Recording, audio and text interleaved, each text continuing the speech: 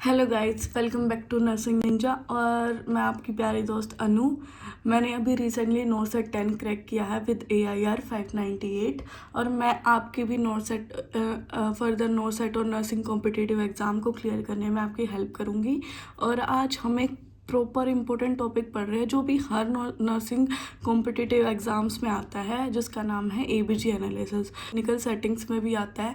तो ABG analysis nursing students के लिए बहुत ज़्यादा अच्छा टॉपिक है जो हमें समझना चाहिए। और आज हमें इसे प्रॉपर 10 मिनट्स में क्लियर कर लेंगे। इसके बाद हमें कोई भी इसमें डाउट नहीं होगा। तो ठीक है, सबसे पहले पढ़ते हैं ABG की फुल फॉर्म क्या होती है? Arterial blood gas. Arterial blood gas का मतलब कि जब भी हम किसी भी आर्टरी से हम ब्लड का सैंपल लेते हैं, उस ब्लड सैंपल में जो सी ऑक्सीजन होती है, उसकी pH है, CO2 है, बाइकार्बोनेट है, उन सब के बारे में फर्दर हम इंफॉर्मेशन चेक करेंगे, जिससे हमें पता चलेगा कि हमारी जो दो फंक्शंस, किडनी हमारा प्रॉपर फंक्शंस कर रही है या नहीं कर रही है, और रेस्पिरेटरी फंक्शन प्रॉपर है या नहीं है। ठीक है, तो इसके 3 रूल हैं रेस्पिरेटरी फंक्शन। इसके हमारे ABG एनालिसिस इंटरप्रिटेशन के 3 रूल हैं। सबसे पहले है pH हमारा सबका बॉस है। pH जो हमारी नॉर्मल ब्लड की pH होती है वो 7.35 टू 7.45 होती है। वैसे तो अगर हम इसे माने तो ये स्लाइटली अल्कलाइन होती है, बट ABG के टाइम पे हम इस 7.35 टू 7.45 को हम न्यूट्रल मान के चलते हैं। ठीक है, ये हमारी न्यूट्रल वैल्यू हो गई। न्यूट्रल वैल्यू में अगर इससे 7.35 से कम आएगा तो हमारा एसिडिक होगा, और अगर 7.45 से ज़्यादा होगा तो बेसिक होगा। ठीक है, फिर उसके बाद हमारे पास एक वैल्यू आती है बाइकार्बोनेट की। बाइकार्बोनेट हमारे पास कितना होता है? 22 टू 28। और एक हमारे पास होता है PCO2 कितना होता है हमारा? 35 टू 45। तो हम सबसे पहले हमने pH चेक करना है। pH से हम बताएंगे, जैसे हमारे पास pH आई है 7.49। सपोज 49 है, ये 45 के ऊपर है, तो ये एल्कलाइन है। ठीक है, तो हमें ये तो पता चल गया कि एसिडिक है या एल्कलाइन है, तो एल्कलाइन है। फिर उसके बाद हम फर्दर बाइकार्बोनेट और PCO2 पे चेक करेंगे। तो इन चीज़ के लिए, प्रिंसिपल के लिए हमें क्या करना पड़ेगा? एक रोम प्रिंसिपल का पता होना चाहिए। रोम प्रिंसिपल या रोम टेक्निक क्या होती है वो मैं अभी आपको बताती हूँ। तो R का मतलब होता है तो रेस्पिरेटरी, O का मतलब है अपोजिट, M का मतलब है मेटाबॉलिक, और E का मतलब है। ठीक है, उसके बाद अब जैसे ये बाइकार्बोनेट है, ये PCO2 है। अगर हमें रेस्पिरेटरी फंक्शन चेक करना है कि हमारा रेस्पिरेटरी फंक्शन अच्छे से कर रहा है या नहीं कर रहा है, तो हम PCO2 के लिए करेंगे। और अगर हमें बाइकार्बोनेट चेक करना है, तो किडनी वाला फंक्शन चेक करना है, तो हम बाइकार्बोनेट को करते हैं।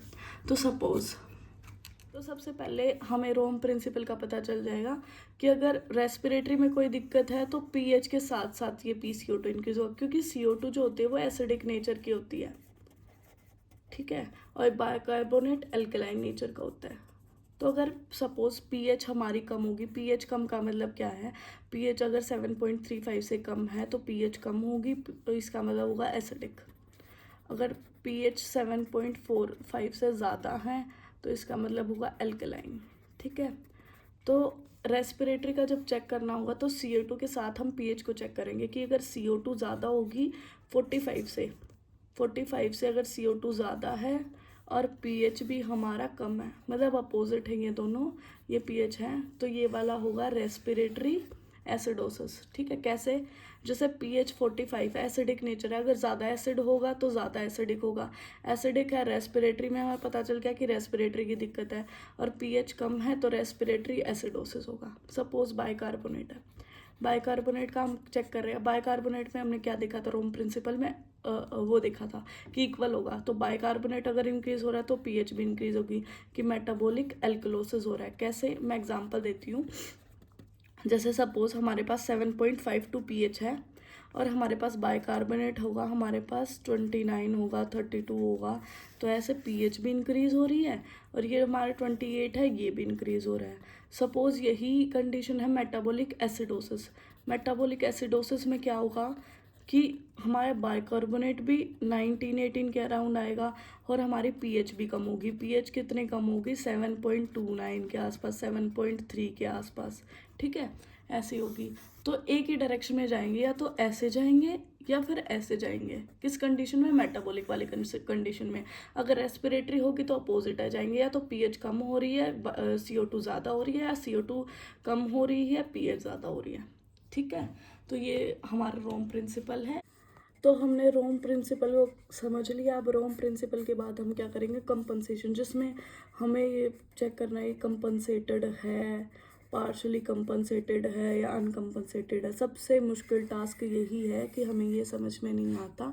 बाकी हम रोम प्रिंसिपल और पीएच वाला समझ लेते हैं। अब मैं ये बताऊंगी आपको कि ये कैसे समझना है। एग्जाम्पल देती हूँ। अगर पीएच है, PCO2 है और बाइकार्बोनेट है, तो पीएच से तो हमें पता चल जाएगा, अगर कम होगी तो एसिडोसिस होगा और ज़्यादा होगी तो एल्कलोसिस होगा। ठीक है, और इनमें से एक वैल्यू नॉर्मल होगी, एक वैल्यू कम या ज़्यादा होगी। तो इससे तो पता चल जाएगा एसिडोसिस है, एल्कलोसिस है। इनसे पता चल जाएगा रेस्पिरेटरी है, मेटाबॉलिक है। सपोज अब इन दोनों वैल्यूज़ में चेंज आ गया, मतलब ये तीनों वैल्यूज़ अलग अलग हैं। तो इसमें कैसे पता चलेगा कि कंपनसेटेड है, पार्शली कंपनसेटेड, अनकंपनसेटेड है, या फिर रेस्पिरेटरी एसिडोसिस है, एल्कलोसिस है, फिर मेटाबॉलिक एसिडोसिस, एल्कलोसिस कैसे है? अब वो मैं आपको बताती हूँ। सपोज सबसे पहले हमने लेनी है पीएच। पीएच ही हमारा बॉस है। पीएच है, पीएच कितनी है? 7.35 to 7.5। इसी को ही हमें रामबाण लेके चलना है। इसको देखना है एसिडोसिस की कंडीशन में जा रही है, एल्कलोसिस की कंडीशन में। इससे हमें पता चलेगा कि एसिडोसिस है, एल्कलोसिस है। ठीक है, फिर उसके बाद हम लेंगे PCO2 और बाइकार्बोनेट। ठीक है, सपोज इन दोनों की वैल्यू अलग है, तो इसकी अगर इसके हमारे पास 7.32 है, इसके हमारे पास 49 है, इसके हमारे पास 29 है, ऐसे है वैल्यू। तो हम क्या करेंगे? रोम प्रिंसिपल लगा के देखेंगे। एक तो पार्शली कंपनसेटेड, अनकंपनसेटेड, इसमें मैं बताती हूँ। रोम प्रिंसिपल हमें आ गया। कंपनसेटेड का मतलब है कि कंपनसेशन हो चुका है। कंपनसेशन हो चुका है तो हमारा एक वैल्यू, कौन सी? एक वैल्यू जो कि पीएच है। कंपनसेशन हो चुका है तो पीएच कितनी होगी? नॉर्मल रेंज में होगी। कितने में? 7.35 to 7.45 आ चुकी होगी। ठीक है, अनकंपनसेटेड वाले में क्या होगी? अनकंपनसेटेड वाले में भी वैल्यू एक नॉर्मल रहेगी, एक वैल्यू नॉर्मल रहेगी। अब वो एक कोई सी भी हो सकती है, या तो बाइकार्बोनेट हो सकती है या फिर PCO2 हो सकती है। बट जो पार्शली कंपनसेटेड है, मतलब जिसमें कंपनसेशन स्टार्ट हो गया है। अब कंपनसेशन कैसे स्टार्ट हो गया है? सपोज हमारे रेस्पिरेटरी फंक्शन में कोई प्रॉब्लम थी, जिसके वजह से हमारी पीएच जो थी वो एसिडिक हो रही थी। तो क्या करने लग जाएगा? जो हमारी किडनी है ना, वो बाइकार्बोनेट आयन को वो करने लग जाएगी। बाइकार्बोनेट आयन का लेवल ज़्यादा हो जाएगा, जिसकी वजह से एसिड और बेस मिलकर न्यूट्रल पीएच कर देंगे। ठीक है, तो जो पार्शली कंपनसेटेड है, इसमें जो तीनों वैल्यूज़ है, पीएच है, बाइकार्बोनेट है और PCO2 है, वो तीनों चीज़ अपने नॉर्मल वैल्यूज़ में नहीं होंगी। तो पार्शली अनकंपनसेटेड का पता चल गया, कंपनसेशन का पता चल गया, अनकंपनसेशन का पता चल गया।